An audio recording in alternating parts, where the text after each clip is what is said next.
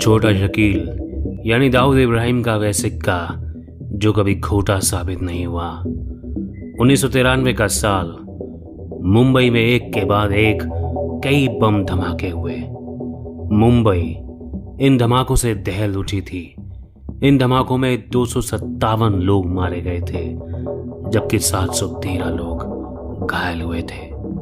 ये दुनिया भर में सीरियल बम विस्फोटों का पहला मामला था। करीब 27 करोड़ रुपए की संपत्ति को नुकसान पहुंचा था। इन धमाकों के पीछे नाम आया दाऊद इब्राहिम यानी डी कंपनी का।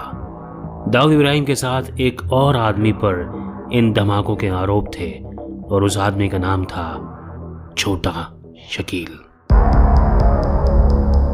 दक्षिणी मुंबई के नागपाड़ा का रहने वाला छोटा शकील, उसका असली नाम मोहम्मद शाकिल बाबू शेख था। 50 के दशक में पैदा हुआ छोटा शकील शुरुआत में एक ट्रैवल एजेंसी चलाता था, लेकिन छोटा शकील की ट्रैवल एजेंसी की गतिविधियां हमेशा ही संदिग्ध रही। छोटा शकील अपनी ट्रैवल एजेंसी के नाम पर तस्करी करता था। कई सालों तक इस बिजनेस में रहने के बाद 1988 में दाऊद की गैंग में शामिल हो गया। गैंग में पहले से ही एक शकील होने के कारण मोहम्मद शकील बाबू शेख को नाम मिला छोटा शकील। 1988 का वह दौर था जब मुंबई में दाऊद इब्राहिम के ज्यादातर काम छोटा राजन संभालता था। छोटा राजन दाऊद का दाहिना हाथ माना जाता था। दाऊद के साथ जुड़ने के कुछ दिनों में ही छोटा शकील दाऊद का बायां हाथ बन गया। दाऊद इब्राहिम के काले काम अब छोटा शकील और छोटा राजन में बढ़ चुके थे। छोटा राजन अब मर्डर, अवैध कब्जे, रंगदारी जैसे काम देखता तो वहीं छोटा शकील दाऊद की काली कमाई को हवाला के जरिए सफेद करने का काम करता था। मैच फिक्सिंग, सट्टा, फिल्मों में अंडरवर्ल्ड के पैसों को लगाने जैसे काम भी छोटा शकील के हिस्से में थे। छोटा शकील 1988 में राष्ट्रीय सुरक्षा एक्ट के तहत गिरफ्तार किया गया। गिरफ्तार होने के बाद छोटा शकील लगभग 4 महीने जेल में रहा।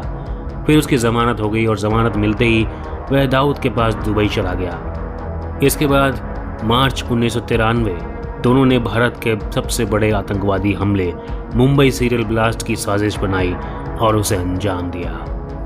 एक वक्त आया जब दाऊद और छोटा राजन के बीच किसी वजह से अनबन हो गई, लेकिन छोटा शकील को इसी मौके की तलाश थी। छोटा राजन का सफाया कर वह डी कंपनी में 2 नंबर की हैसियत पाना चाहता था और ऐसा हो भी गया। दाऊद इब्राहिम के भाई शब्बीर इब्राहिम की मौत का बदला लेने के काम छोटा राजन को सौंपा गया, लेकिन छोटा राजन ये काम करता इससे पहले ही छोटा शकील और उसके साथी सौतिया ने अमीरजादा और करीम लादा को मार दिया। इस घटना के बाद छोटा राजन और दाऊद के बीच दूरियां बढ़ गई, लेकिन छोटा शकील दाऊद का सबसे भरोसेमंद आदमी बन गया। 1993 में छोटा शकील ने मुंबई ब्लास्ट में दाऊद का साथ दिया। छोटा राजन को मारने का जिम्मा भी शकील के हाथ में आया।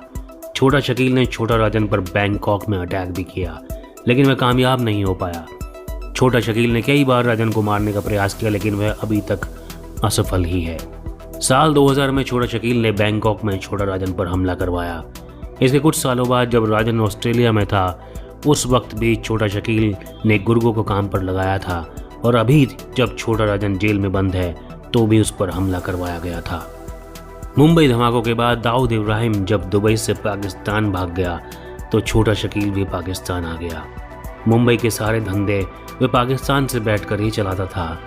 क्रिकेट फिक्सिंग, सट्टा, कब्जा, अपहरण, यह सब अब छोटा शकील के काम हो गए थे।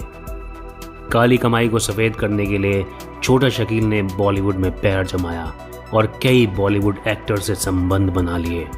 बॉलीवुड की फिल्मों में दाऊद इब्राहिम का पैसा लगने लगा और विदेशों में भी फिल्म के राइट्स छोटा शकील ही खरीद लेता ताकि ब्लैक मनी को वाइट किया जा सके। 90 के दशक के अंत तक छोटा शकील के कई बॉलीवुड कलाकारों से अच्छे संबंध की खबरें लगातार मीडिया में आने लगी थी। नवभारत टाइम्स की एक खबर के मुताबिक मुंबई पुलिस ने साल 2000 में 27 अक्टूबर से 30 नवंबर के बीच 32 बार फिल्म प्रोड्यूसर भरत शाह और छोटा शकील के बीच फोन पर हुई बातचीत की रिकॉर्डिंग की थी। पुलिस उस वक्त भरत शाह के दाऊद से रिश्ते की पड़ताल कर रही थी। इस दौरान 14 नवंबर को मुंबई पुलिस ने एक कॉल रिकॉर्ड किया जिसमें संजय दत्त शकील से बात कर रहे थे। इसमें वे शकील से कह रहे थे कि उन्होंने उसके लिए एक टी शर्ट खरीदी है। एक और रिकॉर्डिंग में संजय दत्त छोटा शकील से किसी चीज को लेकर दाऊद इब्राहिम से चर्चा करने की बात करते हैं। ऐसा कहने पर छोटा शकील संजय दत्त को फोन पर इसके बारे में बात ना करने से बचने के लिए बोलता है। इस सब से यह एकदम पक्का हो चुका था कि छोटा शकील बॉलीवुड के जरिए दाऊद की काली कमाई सफेद करने में लगा है।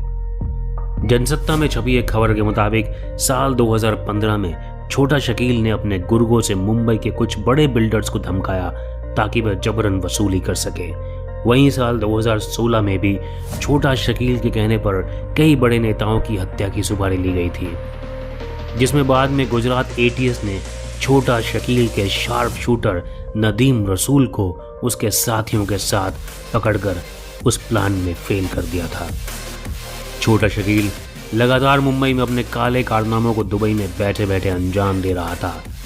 दिसंबर साल 2017 में अचानक छोटा शकील के मरने की खबर आई, जिसमें कहा गया कि छोटा शकील को दिल का दौरा पड़ा है और जब तक उसे अस्पताल ले जाया जाता तब तक उसकी मृत्यु हो गई। हालांकि छोटा शकील की मौत की पुष्टि आज तक नहीं हो पाई है। दैनिक जागरण की खबर के मुताबिक दिल्ली सहित राष्ट्रीय सुरक्षा परिषद सचिवालय और मुंबई पुलिस ने भी छोटा शकील की मृत्यु के बारे में किसी प्रकार की पुष्टि और इनकार नहीं किया है। इसके बाद भी सोशल मीडिया पर कई बार छोटा शकील के मरने की खबर उड़ी, लेकिन अभी तक ये सस्पेंस ही है कि भारत का मोस्ट वांटेड शकील अभी जिंदा है या नहीं। और सनसनीखेज कहानियां सुनने के लिए स्टोरी बाबा को सब्सक्राइब करें और बेल आइकन को प्रेस करें। धन्यवाद।